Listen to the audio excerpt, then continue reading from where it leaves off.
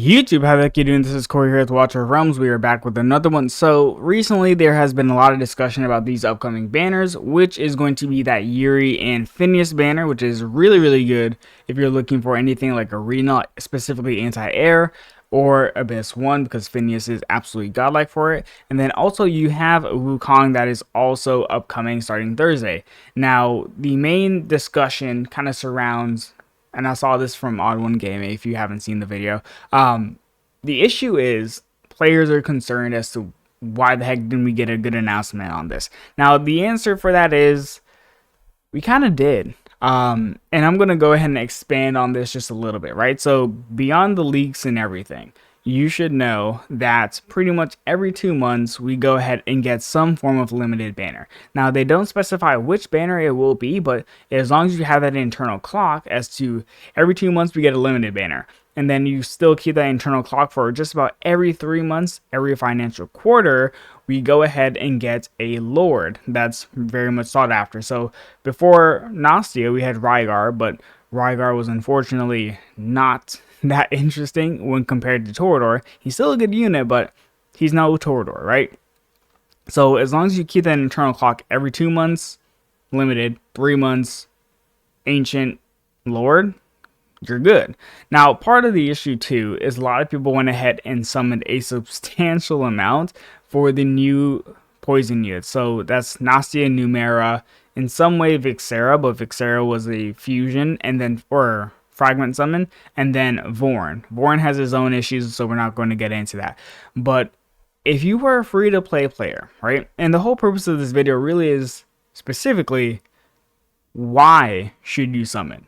Right? Now, obviously, this is a hero collector game. It's a gacha at the end of the day, so you can summon for whatever reason you choose. If you want to summon because a unit looks cool, go ahead and do it. No one's going to get mad at you. You get to choose what you summon for. But with that, you have to actually start to think, especially as you get to the later game, is this unit going to be that beneficial for me? Now, for example, right, I'm not going to just say something and not also kind of keep up with it. So I went ahead and summoned for, what's it called? I went ahead and summoned for Vorn. I went ahead and summoned a substantial amount for Numera, and I didn't get them, right? So I actually went ahead and got a Lord. I got Araka, and then I went ahead and got Valeria by trying to go ahead and get Numera.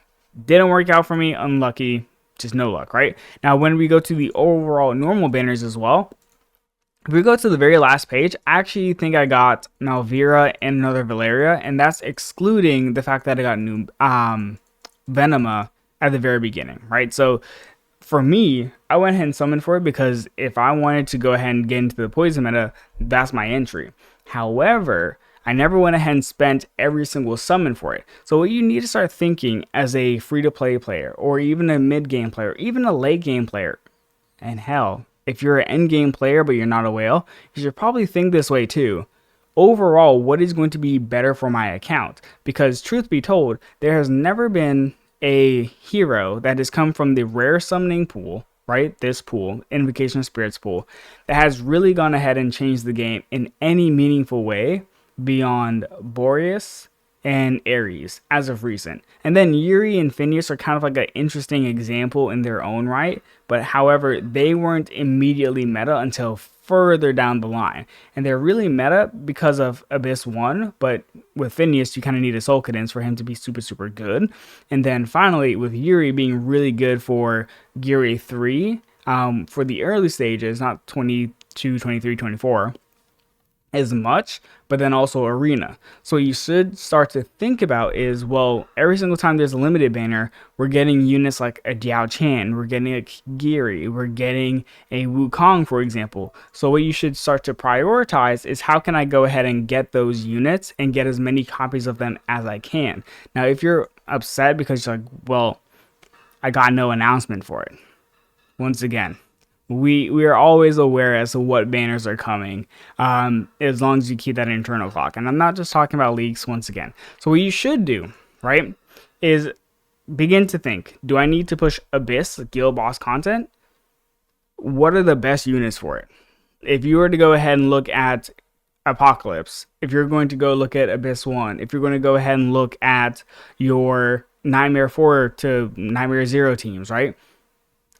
2 units are basically dominating both those guild bosses at all times. It's going to be Wukong. It's going to be Kigiri. Doesn't matter.